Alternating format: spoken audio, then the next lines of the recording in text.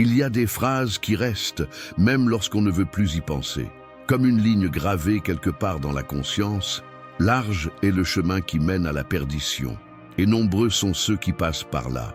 Tu l'as déjà entendu, tu l'as peut-être lu, prêché ou même ignoré, mais aujourd'hui elle revient, pas pour te troubler mais pour te réveiller, parce qu'elle dit quelque chose de radical, d'inconfortable et de profondément vrai.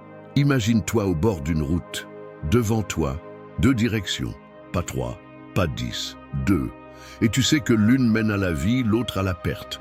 Mais il n'y a pas de panneau évident, pas de voix forte qui te pousse dans le bon sens. Il n'y a que cette tension intérieure. Et si je me trompais? C'est cette tension que la plupart préfèrent fuir, pas parce qu'ils sont mauvais, pas parce qu'ils sont perdus sans espoir, mais parce que ce genre de question fait mal là où c'est sensible. La porte étroite, le chemin difficile. C'est presque devenu un slogan dans certaines communautés chrétiennes. On l'utilise pour parler de moralité, de rigueur, de sainteté. Mais si on s'arrêtait vraiment, si on redemandait « Seigneur, qu'est-ce que tu veux dire ?» Ce que tu t'apprêtes à entendre, ce n'est pas un jugement, ce n'est pas une leçon, c'est un miroir dans lequel tu verras peut-être des choses inconfortables, mais aussi peut-être un appel à revenir là où tout a commencé, le choix. Jésus n'a jamais forcé personne à le suivre, mais il n'a jamais adouci ses paroles non plus. Il a dit la vérité, une vérité que même des croyants fidèles trouvent difficile à avaler. Entrer par la porte étroite, ce n'est pas une invitation vague. C'est un appel à entrer maintenant, pas plus tard. Et surtout, c'est un appel à abandonner tout ce qui ne passe pas par cette porte. Tu le sais déjà, il y a des choses que tu transportes encore. Peut-être des habitudes, des peurs, des attachements, ou cette voix intérieure qui répète « Je suis croyant ». C'est suffisant. Mais Jésus ne parle pas ici à des incroyants. Il parle à des auditeurs religieux, sincères, engagés, et il dit que la majorité n'entrera pas. Pourquoi? Parce que ce chemin-là coûte. Il coûte l'illusion du contrôle, l'ego, le confort, parfois même des relations. Et on n'en parle pas souvent.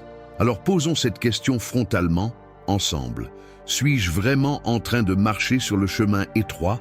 Ou suis-je juste en train de le contourner tout en gardant une apparence de foi? Ce n'est pas une question rhétorique, c'est une question de vie ou de mort spirituelle. Et elle ne se répond pas avec des slogans. Elle se répond dans le secret, dans le face-à-face avec Dieu. On évite souvent ce genre de message parce qu'il confronte, parce qu'il pousse à réévaluer des fondations qu'on croyait solides. Mais tu es ici aujourd'hui parce que Dieu, dans sa grâce, veut te montrer quelque chose, pas pour t'écraser, mais pour te préparer, parce que tu es appelé à entrer, à passer, à traverser. Et pour cela, il faut voir la porte, comprendre pourquoi elle est là, et pourquoi si peu la prennent. Dans les prochains chapitres, tu vas voir cette vérité comme jamais auparavant. Pas à travers des grandes théories, mais à travers la parole, des exemples réels et des confrontations honnêtes. On parlera du prix à payer, des raisons profondes qui poussent tant de croyants à éviter ce chemin, et de la grâce cachée dans cette étroitesse. Mais pour aujourd'hui, laisse cette première question t'habiter. Et si tu étais plus proche du chemin large que tu ne l'imagines, ce n'est pas une accusation, c'est un appel. Et la réponse commence maintenant. Il y a des paroles de Jésus qu'on cite sans vraiment les entendre. Elles sont si connues qu'elles glissent sur nous comme une pluie fine sur un imperméable religieux. On les lit, on les prononce, mais elles ne nous transpercent plus. Et pourtant, celle-ci, Jésus ne l'a pas dite à la légère. Il l'a prononcée dans un moment charnière, à la fin du sermon sur la montagne. Son enseignement le plus radical, le plus direct, le plus dérangeant. Il ne s'adressait pas à des païens, ni à des athées, ni à des débauchés. Il s'adressait à des disciples, des gens pieux, des croyants. Entrez par la porte étroite, car large est la porte, spacieux est le chemin qui mène à la perdition, et nombreux sont ceux qui passent par là. Mais étroite est la porte, resserrez le chemin qui mène à la vie, et peu sont ceux qui le trouvent. Matthieu 7, 13, 14. Tu vois, ce n'est pas un avertissement lancé au hasard. C'est une mise en garde précise, placée à la fin d'un message qui bouscule toutes les certitudes humaines. Jésus venait de redéfinir le cœur pur, le pardon, l'amour des ennemis, le jeûne, l'aumône, la prière. Et il termine par cette image. 2 portes, 2 chemins, 2 foules, 2 destinations, pas de troisième voie, pas de zone neutre, pas de juste milieu. On vit dans une époque où les nuances sont valorisées. On aime dire que chacun a sa vérité, que le plus important, c'est l'intention. Mais Jésus, lui, tranche net. Il ne donne pas une palette de nuances spirituelles. Il donne un choix binaire, vie ou perdition. Et ce qui dérange, ce n'est pas seulement qu'il y ait 2 chemins, c'est qu'il marche sur chacun d'eux. La majorité sur la route large, la minorité sur le chemin étroit. Et soudain tu réalises que la foule rassure, mais ne sauve pas. Le nombre ne garantit rien. Le confort, encore moins. Et voici un détail que beaucoup ne remarquent pas. Jésus ne dit pas que ceux qui empruntent la porte large savent qu'ils vont à la perdition. Il ne dit pas qu'ils sont heureux d'y aller. Il dit simplement qu'ils y vont et qu'ils sont nombreux. Et ça, c'est terrifiant, parce que cela signifie qu'on peut être sincère, actif, croyant, et quand même sur la mauvaise route. Beaucoup confondent la largeur avec la bénédiction. Ils voient une vie stable, une communauté aimante, des réponses à la prière, et concluent que tout va bien. Mais la largeur dans la bouche de Jésus, ce n'est pas la grâce, c'est l'absence de résistance. C'est le chemin qui n'oppose pas ton péché. C'est la route où personne ne t'invite à renoncer. C'est l'espace où tu avances en gardant tout ce que tu es, sans mourir à toi-même. Et c'est précisément ce que Jésus est venu renverser. La porte étroite, elle, ne laisse pas passer grand-chose. Elle est basse, tu dois te courber. Elle est serrée, tu dois laisser derrière toi ce qui est trop large pour Dieu. Ta colère, ton orgueil, ta peur du rejet, ta religion sans relation. Et plus encore, tu dois la trouver. Regarde bien le texte. Jésus dit que peu sont ceux qui la trouvent. Ce n'est pas une porte automatique, elle n'est pas à l'entrée de tous les bâtiments religieux. Elle ne s'ouvre pas juste parce que tu y penses ou que tu te considères chrétien. Non, elle est cachée à ceux qui ne cherchent pas vraiment. Elle est étroite, oui, mais elle est aussi invisible à qui vit les yeux fixés sur lui-même.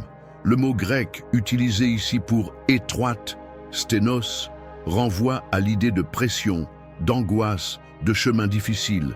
Ce n'est pas simplement petit, c'est resserré, comme un sentier de montagne entre 2 falaises.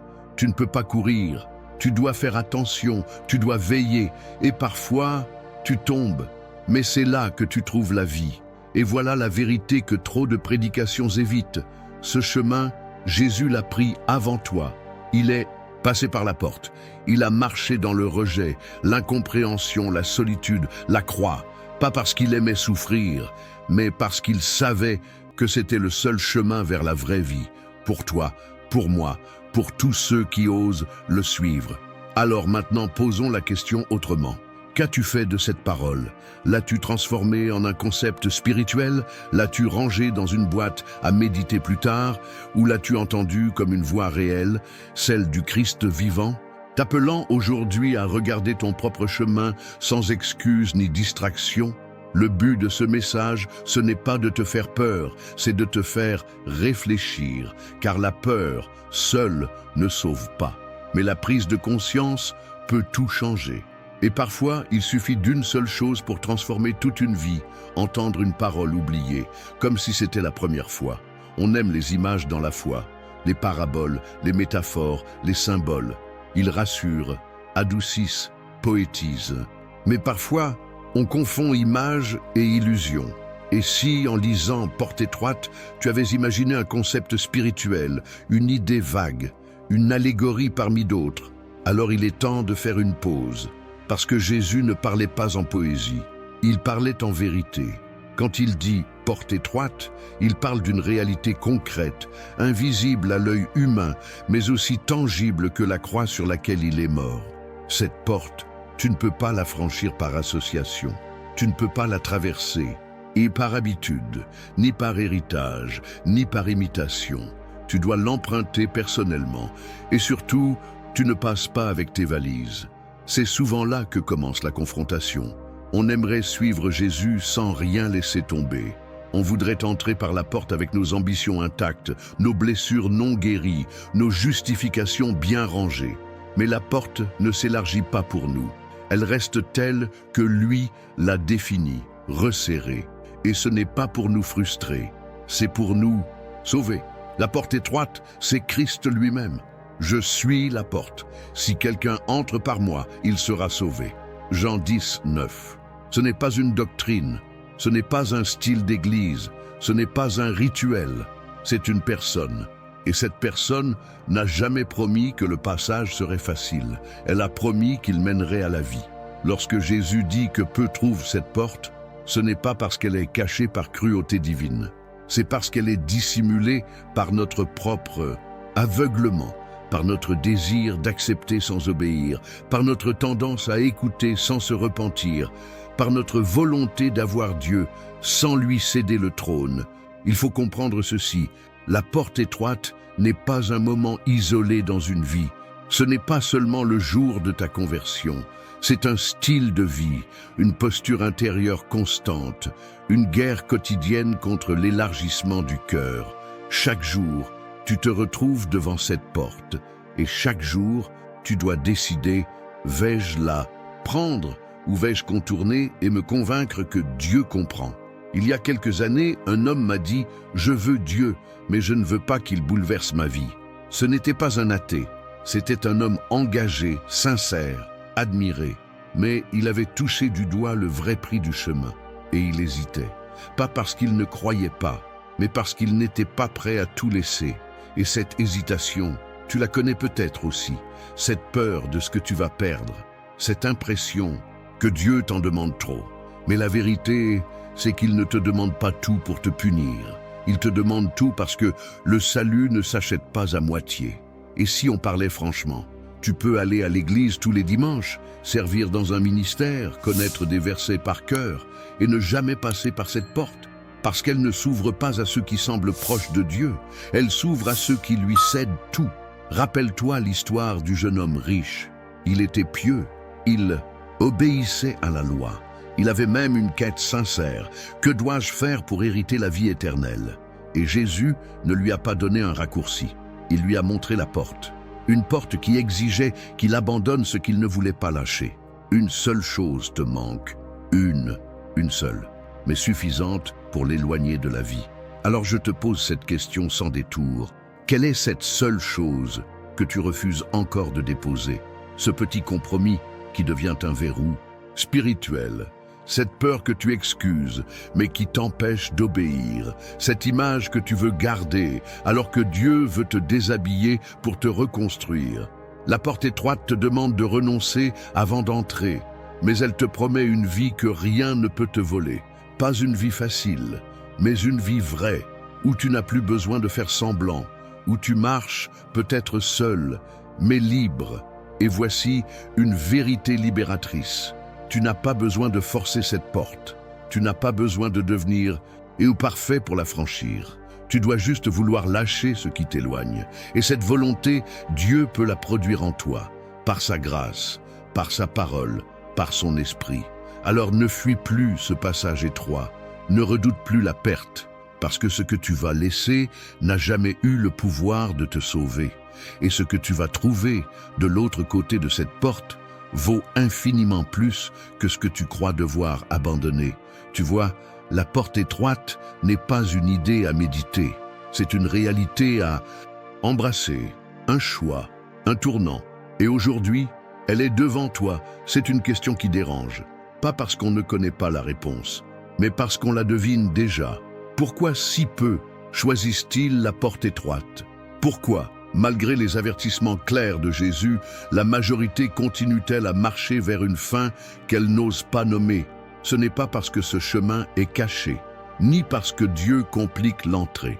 C'est parce que l'être humain, même sincère, préfère éviter ce qui le dépouille. Il y a dans chaque cœur une résistance naturelle à la soumission totale. Même chez ceux qui aiment Dieu, on veut bien croire, suivre, servir, tant que cela ne touche pas à ce que nous protégeons, notre confort, nos routines, notre image, notre volonté. Et c'est précisément ce que la porte étroite expose. Elle n'est pas dangereuse en elle-même. Elle est dangereuse pour notre ego. Première raison, la culture moderne refuse la contrainte. On vit dans un monde où chaque désir est sacré. On t'enseigne que la liberté, c'est de pouvoir tout faire, tout dire, tout être, sans limite, sans poids, sans frein. Mais Jésus enseigne l'inverse. Si quelqu'un veut venir après moi, qu'il renonce à lui-même. Luc 9, 23. Renoncer à soi n'est pas populaire. C'est même vu comme une trahison de ton moi profond. Mais c'est là, précisément, que le chemin commence. Deuxième raison, le confort spirituel est une prison douce. Tu peux avoir une vie chrétienne fonctionnelle. Prier, aller à l'église, donner, être aimé, sans jamais entrer dans une vraie transformation. Pourquoi ? Parce que tu as appris à vivre à la frontière du royaume, juste assez engagé pour avoir bonne conscience, pas assez abandonné pour perdre quoi que ce soit. Et ça, c'est l'une des plus grandes tragédies de notre époque, des milliers de croyants qui vivent près de la vérité, sans jamais y entrer vraiment. Troisième raison, le faux évangile du confort a gagné du terrain. Dans trop d'endroits, on prêche un Christ qui rassure, mais ne confronte pas, un salut sans repentance, une foi sans coup, un ciel sans croix. Mais ce n'est pas le Jésus de la Bible, ce n'est pas lui qui dit « Vous serez haïs à cause de mon nom ». Celui qui ne porte pas sa croix ne peut être mon disciple. Le message est clair, ce n'est pas la grâce qui manque, c'est la vérité qu'on refuse d'entendre. Quatrième raison, la peur de la solitude. Le chemin étroit, souvent, est solitaire. Tu y perds parfois des relations, des invitations, des postes, des applaudissements, et ça fait mal. Tu te retrouves parfois isolé dans ta propre église, parce que tu ne veux plus rire des mêmes choses, parce que tu ne vis plus dans les mêmes compromis, parce que tu refuses ce qui avant te semblait normal. Et tu te demandes, suis-je devenu radical ou suis-je simplement devenu réel? Cinquième raison, l'orgueil religieux. Oui, il existe. Ce n'est pas l'orgueil des grands péchés visibles, c'est l'orgueil plus dangereux, celui de croire qu'on est déjà passé par cette porte, qu'on est plus avancé que les autres, qu'on n'a plus besoin de se remettre en question. Mais la vérité, c'est que personne ne dépasse la porte étroite. On ne la quitte jamais vraiment. Chaque jour, elle nous appelle à y repasser, à y renoncer, à y plier nos genoux. Alors, pourquoi la majorité évite ce chemin? Parce que le cœur humain cherche le plus de spiritualité possible, avec le moins de sacrifices. Parce qu'on veut bien Jésus comme sauveur, mais moins comme Seigneur. Parce qu'on veut bien être inspiré, mais pas brisé. Parce qu'on veut les promesses, mais sans la purification. Et pourtant, ceux qui ont osé le prendre, ce chemin étroit, ceux qui ont pleuré en quittant certaines choses, certains lieux, certains rêves, racontent tous la même chose. Ce qu'ils ont perdu n'était rien, comparé à ce qu'ils ont trouvé. Alors si tu ressens une lutte en toi en ce moment, si tu entends cette tension entre ton envie de suivre Jésus et ta peur de ce qu'il te demandera, ne fuis pas cette tension. Elle est le signe que Dieu travaille encore ton cœur. Ce n'est pas le diable qui veut que tu renonces à ton orgueil. Ce n'est pas la chair qui te pousse à abandonner ton péché. C'est le Saint-Esprit. Et si tu l'écoutes, tu verras que ce chemin, aussi étroit soit-il, est rempli de sa présence. Ne regarde pas la foule, ne te compare pas, parce que ce n'est pas la majorité qui ouvre la porte, c'est Jésus. Et il ne t'oblige pas à entrer, il t'appelle. Il y a des vérités qu'on évite simplement parce qu'elles nous obligent à changer. Mais fuir une vérité ne l'éteint pas. Ça ne fait que retarder la paix qu'elle promet à ceux qui s'y soumettent. Aujourd'hui, cette vérité t'attend, pas pour t'humilier, mais pour t'élever. Imagine une route lumineuse. Elle est large, bien entretenue, pleine de monde. Les gens y sourient, y avancent avec assurance, parfois même en chantant. Tout semble paisible. Les paysages sont beaux, les voix sont douces. Et dans cette foule, tu peux même entendre parler de Dieu. Mais ce que peu remarquent, c'est que cette route ne monte jamais. Elle ne confronte rien. Elle suit les courbes du monde, épouse les formes du confort. Et doucement, imperceptiblement, elle descend. Le chemin large, ce n'est pas forcément celui des grands pécheurs. Ce n'est pas le lieu des perdus évidents. C'est souvent la voie de ceux qui fonctionnent, ceux pour qui tout semble aller bien. la vie familiale, la stabilité financière, la réputation spirituelle. Mais cette paix peut être une façade, parce que la vraie paix ne vient pas de ce qui nous entoure, mais de ce à quoi on a renoncé. Il y a une séduction subtile dans tout ce qui est large. Tu peux avancer sans ajuster ta trajectoire. Tu peux croire sans te remettre en question. Tu peux chanter des vérités, sans jamais les laisser pénétrer ton quotidien. C'est ça, le danger. Le chemin large te permet de garder ton masque. Il ne t'invite jamais à mourir à toi-même. Il célèbre ta performance religieuse, ton image, ton aisance spirituelle. Et pendant ce temps, tu t'éloignes de la porte. Peut-être que tu as déjà ressenti cette sensation. Tout va bien autour de toi, mais quelque chose en toi s'assèche. Tu récites encore les mêmes prières, tu participes aux mêmes réunions, mais l'intimité a disparu. Tu sais ce qui manque, mais tu repousses le moment de l'affronter. Tu dis « Demain, je reprendrai le chemin étroit ». Mais le chemin large n'a pas d'indication pour revenir. Et plus tu avances, plus tu oublies ce que tu fuyais au départ. Jésus n'a jamais dit que le chemin large serait laid. Il a dit qu'il mène à la perdition. Et c'est ce qui le rend si dangereux. Il est agréable jusqu'à la fin. Tu te souviens du peuple d'Israël dans le désert? Ils avaient été libérés miraculeusement, nourris, protégés. Mais quand le voyage est devenu trop long, trop exigeant, trop inconfortable, ils ont voulu retourner en Égypte. Pourquoi? Parce qu'en Égypte, on mangeait bien. Parce qu'en Égypte, on connaissait les règles. Parce qu'en Égypte, on n'avait pas besoin de dépendre chaque jour. Et c'est exactement ce que le chemin large propose. Un retour symbolique en Égypte, où tu n'as plus besoin de t'abandonner, où tu peux vivre pour Dieu, sans jamais vivre par Dieu. Alors comment reconnaître qu'on a glissé sur ce chemin? Ce n'est pas toujours par des scandales, c'est parfois bien plus discret. Tu as arrêté de te laisser confronter. Tu choisis les messages qui caressent, mais évites ceux qui dérangent. Tu préfères la reconnaissance des autres à l'approbation de Dieu. Tu as troqué la présence de Dieu pour une routine confortable. Tu parles de croix, mais tu refuses la tienne. Mais voici ce que tu dois savoir. Le Seigneur n'abandonne pas ceux qui se sont égarés dans la largeur. Il les cherche, il les appelle, il les avertit. Et si tu entends encore cette voix aujourd'hui, c'est parce qu'il n'est pas trop tard. Parfois, tout semble fonctionner, parce que le ciel est silencieux. Mais le silence de Dieu n'est jamais une validation. C'est souvent une grâce, le temps qu'il te laisse pour revenir avant que le ravin n'apparaisse. Le chemin large n'est pas forcément fait d'excès. Il est souvent fait de compromis, de lenteur, de bonnes intentions jamais suivies d'action, d'un christianisme sans croix, sans renoncement, sans feu.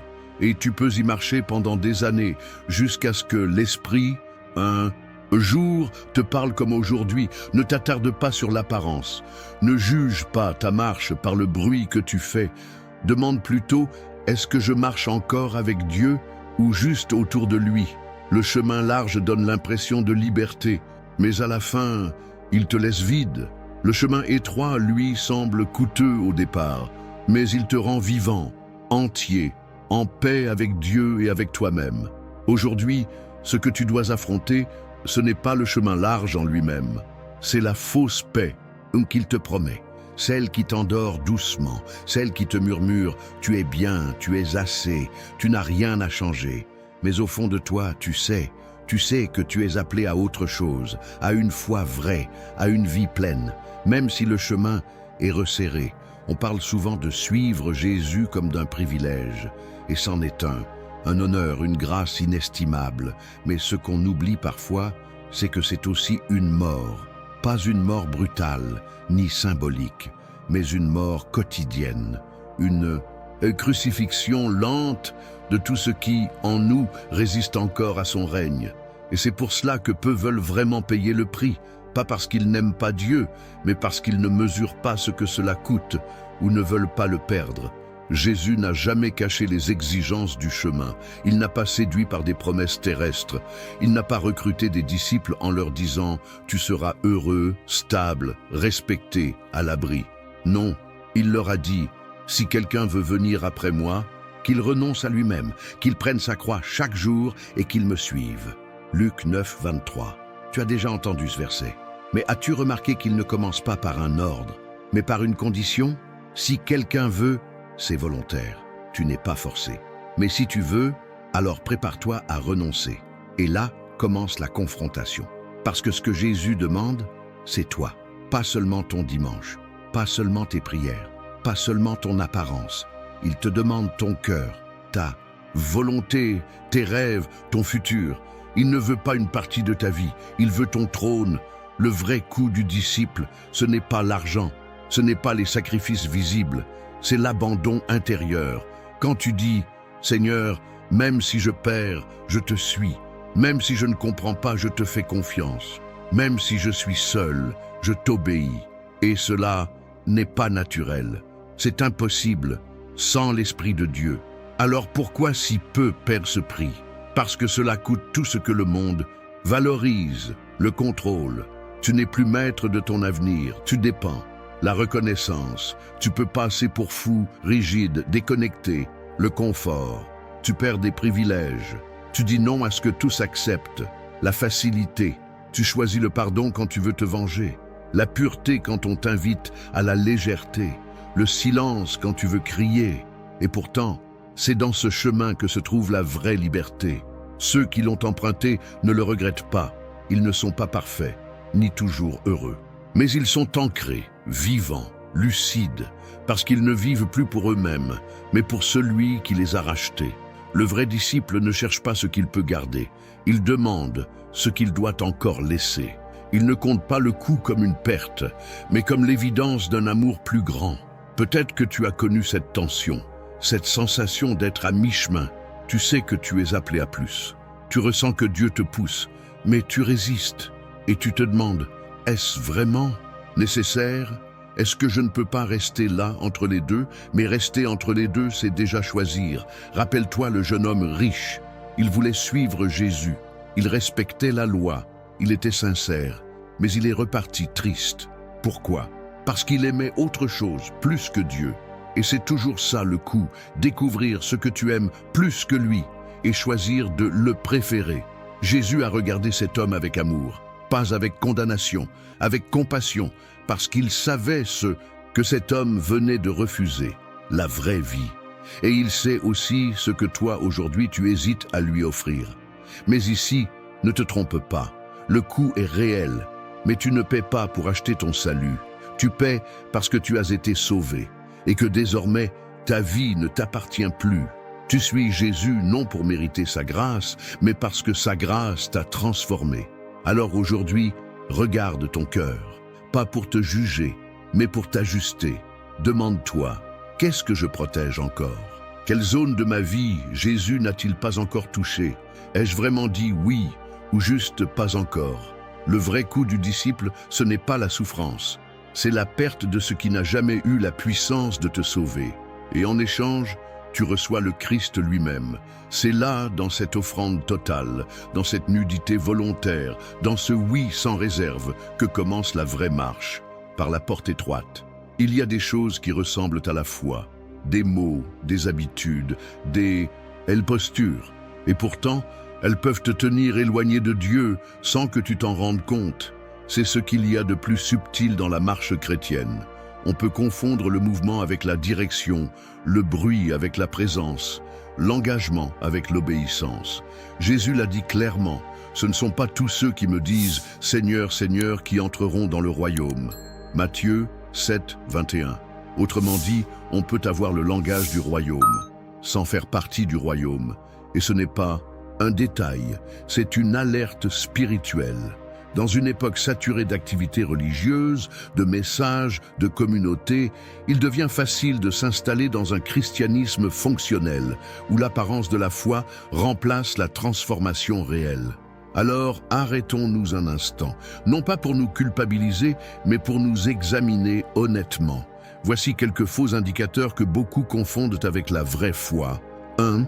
L'activité religieuse. Être actif dans une église, participer à des groupes, servir chaque semaine. Tout cela est bon, mais ce n'est pas la foi. Le cœur peut rester sec au milieu du service. la fatigue spirituelle peut s'installer alors que l'on fait tout bien, et parfois le service devient une fuite du face-à-face avec Dieu. 2. La connaissance biblique. Savoir citer des versets, expliquer des doctrines, débattre de théologie n'est pas la preuve d'un cœur soumis. Même les pharisiens connaissaient les Écritures, mais ils ont crucifié celui dont elles nous parlaient. La parole ne transforme que si elle est mangée avec humilité. 3. Les émotions spirituelles. Être ému lors d'un culte, pleurer en écoutant un chant, sentir la présence, peut être beau, profond ou juste passager. Le cœur humain peut être touché sans être brisé. L'émotion n'est pas un gage de repentance. La preuve d'une vraie foi, ce n'est pas ce qu'on ressent, mais ce qu'on choisit après. 4. La moralité. Vivre droit. Éviter les péchés visibles, être respecté, n'est pas la même chose que marcher par l'esprit. Beaucoup de gens corrects sont loin de Dieu. La sainteté ne commence pas à l'extérieur, mais dans les recoins secrets du cœur. 5. La stabilité. Avoir une vie sans crise, une famille unie, une routine paisible, n'est pas toujours un signe de fidélité. Parfois, c'est juste le fruit de bons choix humains. Mais la vraie paix vient quand la volonté de Dieu devient plus précieuse que la nôtre. Ces indicateurs ne sont pas mauvais en soi. Ils peuvent accompagner la vraie foi, mais ils ne sont pas la foi. Et s'y reposer, c'est comme construire une maison sur du sable. Alors, comment savoir? Comment discerner si ma foi est vivante ou simplement habillée comme telle? Jésus a donné un repère simple. Vous les reconnaîtrez à leurs fruits. Matthieu 7, 16. Pas à leurs dons, pas à leurs titres, pas à leurs activités, à leurs fruits. Les fruits ne se fabriquent pas. Ils poussent quand la racine est plongée dans la bonne terre. Et cette terre, c'est l'intimité. L'âme vraie foi est connectée à Dieu. Elle vit d'une dépendance, d'une écoute, d'un amour qui transforme, même en silence, même dans l'ombre. Voici quelques signes authentiques qu'un cœur est réellement en Christ. Une conscience sensible au péché.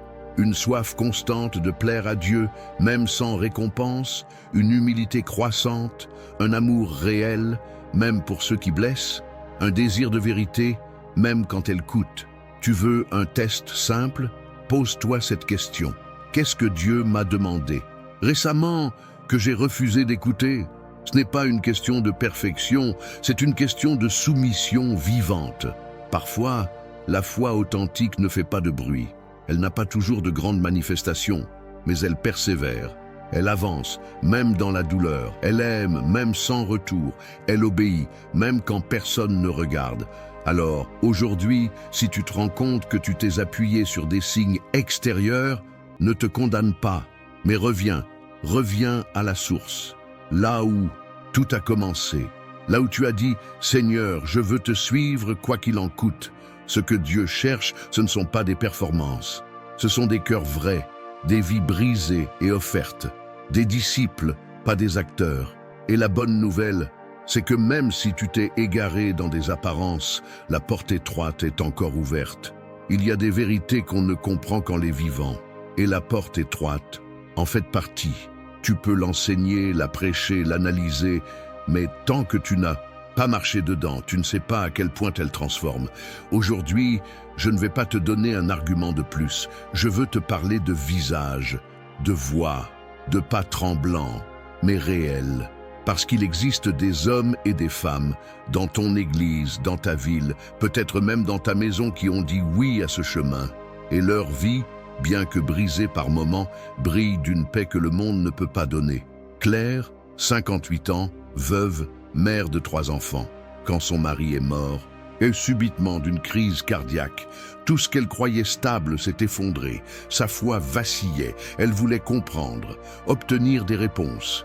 Mais Dieu ne lui en donnait pas. Alors, un jour, elle a cessé de poser des questions et elle a commencé à obéir. Elle a vendu leur grande maison, elle a quitté son poste de direction pour servir dans un foyer d'accueil. Elle a choisi de vivre avec moins, pour dépendre davantage. Un jour, elle m'a dit « J'ai tout perdu, sauf lui. » Et c'est là que j'ai tout gagné. Jonathan, 41 ans, ancien pasteur d'une grande église. Il prêchait avec passion, il dirigeait Il inspirait, mais quelque chose sonnait faux en lui. Une fatigue, une distance intérieure. Puis un jour, alors qu'il préparait un message sur la porte étroite, il a réalisé qu'il l'avait jamais franchi lui-même. Il aimait le ministère, les résultats, les compliments, mais il avait construit un empire autour de son image, pas autour de Christ. Il a démissionné, il a disparu des réseaux, il a recommencé. Dans le silence, dans la repentance, dans la vérité. Aujourd'hui, il enseigne à 8 jeunes dans une maison de retraite, et il rayonne. Je suis enfin devenu un disciple, pas juste un prédicateur. Nadia, 33 ans, convertie après une vie de dépendance. Elle a rencontré Jésus dans un centre de désintoxication, pas à travers un message éloquent, mais à travers une infirmière qui priait pour elle chaque nuit. Quand elle a commencé à lire l'Évangile, chaque mot la confrontait. Elle pleurait, elle résistait, et finalement elle a cédé. Elle a demandé pardon à ceux qu'elle avait blessés, elle a quitté son compagnon violent, elle a renoncé à l'argent facile, elle a tout reconstruit. Aujourd'hui, elle ne possède presque rien. Mais elle dit avec un sourire que rien n'efface. J'ai trouvé une vie que la drogue ne m'a jamais promise. Tu vois, ces histoires ne sont pas des contes. Ce sont des marques de clous modernes, des traces de ce que Dieu fait. Quand on ose lui tout, donner. Aucun de ces trois n'a choisi le chemin facile. Ils ont pleuré, perdu, dû recommencer. Mais ils ne regrettent rien, parce que le chemin étroit, aussi rude soit-il, te donne quelque chose que le chemin large ne peut pas offrir, une vraie paix. Pas une paix émotionnelle, pas une paix visible, une paix fondée dans l'obéissance, une paix que même les tempêtes ne peuvent renverser. Et toi, peut-être que tu ne t'appelles pas Claire, Jonathan ou Nadia, mais tu sais que Dieu te parle, tu sais ce qu'il attend, tu sais ce qu'il te demande de laisser, et tu as peur, peur de tomber, peur de tout recommencer, peur de ne pas tenir. Mais écoute-moi bien, chaque pas sur le chemin étroit est accompagné. Tu ne marches jamais seul. Tu es guidé, corrigé, porté même, quand tes jambes fléchissent. Et à chaque sacrifice, Dieu te montre un trésor que tu n'aurais jamais vu en restant sur place. Ce que ces témoins nous disent, sans l'imposer, c'est simple. Ça vaut chaque larme. Pas parce que c'est glorieux, mais parce que c'est vrai. Le chemin étroit n'est pas réservé aux forts, il est réservé aux vrais, à ceux qui veulent marcher avec Dieu plus que briller devant les hommes, à ceux qui préfèrent la profondeur à la popularité, à ceux qui ne veulent pas juste être appelés chrétiens, mais devenir comme Christ.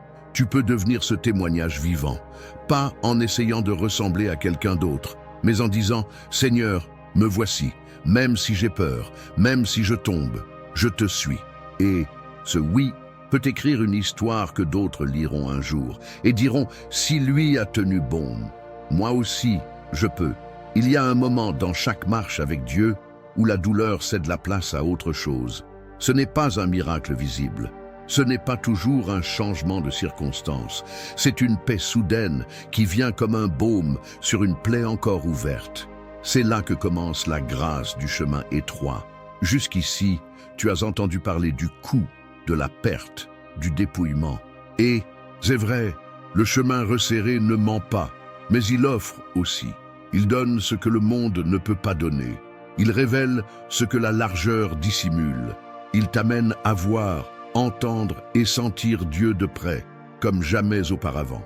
Certains pensent que la grâce est l'opposé de l'effort, qu'elle est incompatible avec la croix, l'obéissance, le renoncement. Mais c'est mal comprendre ce qu'est la grâce. La grâce, ce n'est pas Dieu qui t'évite le chemin étroit, c'est Dieu qui t'accompagne dedans. Pas une fois, pas de loin, mais pas à pas. Tu vois, sur le chemin large, tu peux marcher sans aide, mais tu marches seul. Sur le chemin étroit, tu tombes parfois, mais tu es porté. Ma grâce te suffit, car ma puissance s'accomplit dans la faiblesse. 2 Corinthiens 12, 9. Il y a des jours où tu n'auras plus la force de continuer. Des jours où tu diras « Seigneur, je n'en peux plus ». Et ce sera là que tu découvriras que ce n'est pas ta force qui te fait avancer, mais sa fidélité. La grâce sur le chemin étroit, c'est la voix douce au milieu du combat intérieur, la main invisible quand tu crois être abandonné, le repos étrange quand tout autour de toi hurle. Ce chemin, même resserré, construit quelque chose en toi que l'abondance n'a jamais pu bâtir. Il façonne une foi éprouvée qui ne dépend plus des saisons, une sensibilité à la voix de Dieu, même dans les silences, une maturité que les années seules ne donnent pas. As-tu déjà remarqué que c'est dans la vallée qu'on entend plus clairement l'écho? Le chemin étroit fonctionne pareil, c'est dans l'étroitesse que tu entends la voix de Dieu plus fort.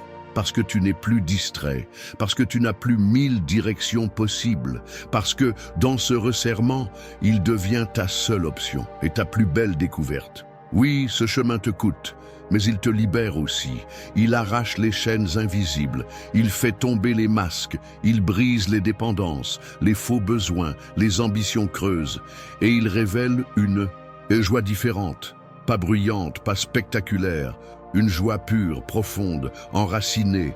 Certains ne la comprendront pas. Ils verront tes choix comme des folies. Ils te plaindront. Mais toi, tu sauras. Parce que la grâce te donnera des choses que personne ne peut voler. Une conscience en paix, un cœur vrai, une proximité avec Dieu que rien ne peut égaler. Le monde t'offrira toujours une autre voie, une plus large, une plus populaire, une plus rapide. Mais elle ne t'emmènera jamais vers la vraie vie. La porte étroite n'est pas belle à l'extérieur, elle n'attire pas, elle ne promet pas, elle ne séduit pas. Mais une fois que tu l'as franchie, tu découvres que le trésor était caché dans le sacrifice. Et ce trésor, c'est lui, pas ce qu'il donne, mais ce qu'il est. Tu n'as pas besoin d'avoir tout compris, tu n'as pas besoin d'être prêt pour tout affronter. Tu as juste besoin d'un cœur qui dit « Seigneur, je te veux plus que tout ». Et ce simple cri ouvre un fleuve de grâce. Alors aujourd'hui, ne regarde pas ce que tu dois encore abandonner. Regarde celui que tu vas rencontrer. Parce qu'au bout du chemin, il n'y a pas un trophée. Il y a une personne, Christ, dans sa gloire, dans sa lumière, dans son amour sans fin. Et tu sauras au plus profond de toi. Ça valait chaque pas. Il y a des vérités qui attendent. Elles frappent doucement à la porte de la conscience.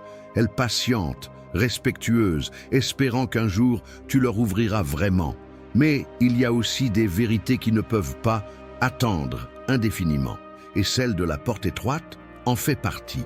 Pendant longtemps, on peut vivre comme si le choix pouvait être reporté, comme si Dieu serait toujours là, disponible, à portée. Mais Jésus n'a jamais présenté cette porte comme éternellement accessible. Quand le maître de la maison se sera levé et aura fermé la porte. Luc 13, 25. Ce verset fait mal, parce qu'il brise l'illusion du « j'ai le temps ». Combien vivent avec cette pensée silencieuse « je changerai plus tard ». Quand? Ce sera le bon moment, quand ma vie sera plus calme. Mais le bon moment, c'est maintenant, parce que la porte est ouverte maintenant. Et tu ne sais pas combien de temps encore. Ce n'est pas une menace. Ce n'est pas un discours alarmiste. C'est une parole pleine de vérité et d'amour. Dieu est patient, mais pas indifférent. Il ne repousse pas éternellement le moment du choix, parce que retarder la lumière, c'est risquer de s'habituer à l'obscurité. La porte étroite, aujourd'hui, est encore entr'ouverte. Elle grince un peu, comme un rappel discret. Elle n'a pas claqué. Elle attend. Mais elle ne restera pas ouverte pour toujours. Regarde autour de toi. Le monde s'accélère, les distractions se multiplient, les vérités sont relativisées. Et au milieu de tout cela, l'appel reste le même. Entre pendant qu'il est encore temps. Souviens-toi des vierges folles dans la parabole de Jésus. Elles attendaient l'époux. Elles savaient qu'il allait venir, mais elles n'étaient pas prêtes. Et, quand elles sont revenues, la porte était fermée. « Seigneur, Seigneur, ouvre-nous » Mais il répondit, « Je ne vous connais pas. » Matthieu 25, 11, 12. Il ne s'agissait pas de païennes, mais de personnes qui savaient. Et pourtant, elles ont laissé passer le moment. Aujourd'hui, tu sais, tu as entendu, tu as compris, tu es responsable de ce que tu feras maintenant. Il y a un type de silence dans la vie spirituelle qui n'est pas dû à l'absence de Dieu, mais à notre refus d'obéir. Et plus on repousse l'appel, plus on l'entend moins. Non pas parce qu'il crie moins, mais parce que notre cœur s'épaissit. Alors je te pose une question simple, mais essentielle. Qu'attends-tu encore? D'avoir une confirmation de plus? D'être à bout de force? Qu'il soit trop tard? Qu'un drame t'oblige à plier les genoux? La vraie foi ne commence pas quand tout est brisé. Elle commence quand tu choisis d'écouter pendant qu'il est encore temps. Et si tu crois que tu n'es pas prêt, que tu n'es pas digne, que tu es trop sale ou trop faible, sache ceci, ce n'est pas ta force qui ouvre la porte, c'est le sang de Jésus, et il est encore frais, encore puissant, encore prêt à t'accueillir. Si tu viens maintenant, tu peux avoir vécu toute une vie dans la largeur, et en un instant, par la repentance sincère, par la foi authentique, changer de chemin. Mais ne joue pas avec le temps. Ne parie pas sur une grâce éternellement reportable. Ne transforme pas la patience de Dieu en excuse pour ton inaction. Parce que chaque seconde compte. Chaque refus, même silencieux, éloigne ton cœur un peu plus. Et chaque obéissance, même fragile, t'ouvre la voie. La porte est ouverte. Tu le sens, tu le sais. Ne reste pas à la regarder. Entre. Et si tu trembles, si tu ne sais pas comment faire, si tu as peur de ne pas tenir, souviens-toi, tu n'as pas besoin de tout savoir. Tu as juste besoin de dire « Seigneur, je viens, ouvre-moi ». Et lui, fidèle à sa promesse, répondra « Celui qui vient à moi, je ne le mettrai pas dehors ». Jean 6, 37. Aujourd'hui est un jour de salut. Pas demain, pas dans 6 mois. Aujourd'hui, parce que la porte est encore ouverte. Mais pour combien de temps? Tu as écouté, tu as réfléchi, tu as senti cette tension dans ton cœur, celle qui ne vient pas d'un discours, mais d'un appel silencieux qui te suit depuis longtemps. Alors, que faire maintenant? Par où commencer quand on comprend qu'on n'est pas vraiment passé par la porte étroite ou qu'on en est sorti sans s'en rendre compte? La réponse n'est pas dans un spectacle, elle n'est pas dans une formule, elle est dans un retour. Revenir à Dieu, ce n'est pas refaire ta vie religieuse. Ce n'est pas promettre que tu seras meilleur, plus fidèle, plus engagé. Ce n'est pas signer un nouveau contrat spirituel, c'est te rendre, pas avec peur, mais avec confiance, comme un enfant qui revient après avoir fui trop longtemps. Voici ce que tu peux faire aujourd'hui, simplement, sans artifice, mais avec tout ton cœur. 1. Ferme. La porte derrière toi. Avant d'entrer par la porte étroite, il faut fermer celle qui reste entrouverte sur le passé. Peut-être que tu gardes une échappatoire, un au cas où, une relation, une habitude, une peur, une réserve, quelque chose que tu refuses de lâcher complètement. Mais la vraie repentance, c'est un changement de direction. Et changer de direction, c'est aussi fermer les issues de secours. Celui qui met la main à la charrue et regarde en arrière n'est pas propre au royaume de Dieu. Luc 9, 62. Aujourd'hui, demande à Dieu, qu'est-ce que je dois laisser à la porte? Et laisse, même si ça fait peur, même si c'est douloureux. Tu n'auras jamais à regretter ce que tu as abandonné pour obéir. 2. Fais un pas, même petit, mais réel. Dieu ne te demande pas de tout régler en une journée. Il te demande un pas. Ce pas, c'est peut-être couper un lien toxique, demander pardon, confesser un péché resté caché, lire de nouveau sa parole, mais cette fois avec soif. Dire non à une tentation persistante. Peu importe le pas, ce qui compte, c'est qu'il soit vers lui. La foi vivante n'est pas parfaite, mais elle bouge, elle avance, elle décide, même en tremblant. 3. Rends ton cœur transparent. Arrête de prier en jouant un rôle. Parle-lui comme tu n'as jamais osé. Dis-lui tout. La honte, le doute, le regret, la fatigue. Dieu ne rejette pas les cœurs brisés. Il rejette les masques. Et il n'a jamais demandé une prière parfaite. Il a demandé la vérité. Si tu ne sais pas comment, prier. Commence par ceci. Seigneur, je ne veux plus d'une foi de surface. Je ne veux plus fuir, je te donne tout. Aide-moi à marcher par cette porte et à ne plus jamais revenir en arrière. 4. Reconnecte-toi avec la parole. La porte étroite devient invisible quand on vit sans lumière. Et cette lumière, c'est la parole, pas comme une obligation, mais comme un aliment, un feu, un miroir. Ne lis pas pour faire ton devoir, lis pour entendre Dieu. Commence par Matthieu 5 à 7, le sermon sur la montagne. Demande au Saint-Esprit de faire vibrer chaque phrase et laisse ces mots te lire plus que tu ne les lis. 5. Parle à quelqu'un de confiance. Tu n'es pas censé marcher seul. Même sur le chemin étroit, Si tu connais un frère ou une sœur mûre dans la foi, quelqu'un qui n'a pas peur de la vérité, approche-toi, partage ce que tu vis. Dis, je veux vraiment suivre Jésus, aide-moi à tenir. Ce n'est pas une faiblesse, c'est une sagesse. Et Dieu utilise des relations vraies pour nous soutenir quand nos jambes fléchissent. 6. Décide de persévérer. Ce que tu commences aujourd'hui, tu devras le défendre demain. Le chemin étroit n'est pas une émotion passagère, c'est une décision répétée, un oui renouvelé chaque matin, un refus quotidien de retourner à l'ancien. Mais ne t'inquiète pas, Dieu ne demande jamais une fidélité que tu dois produire seul. Il donne la force avec l'appel.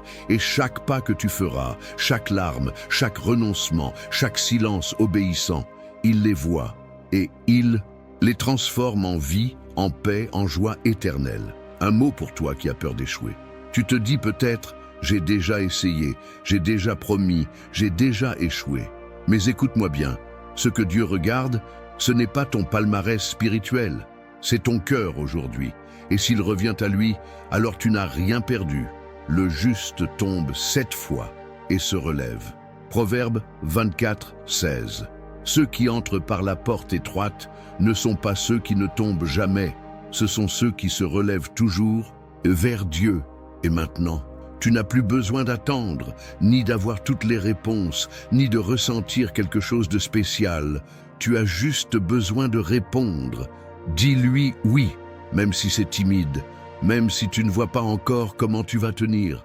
Parce que ce oui peut changer toute ton éternité. Ce n'est pas une émotion, c'est une décision. Et c'est celle que tu peux prendre aujourd'hui.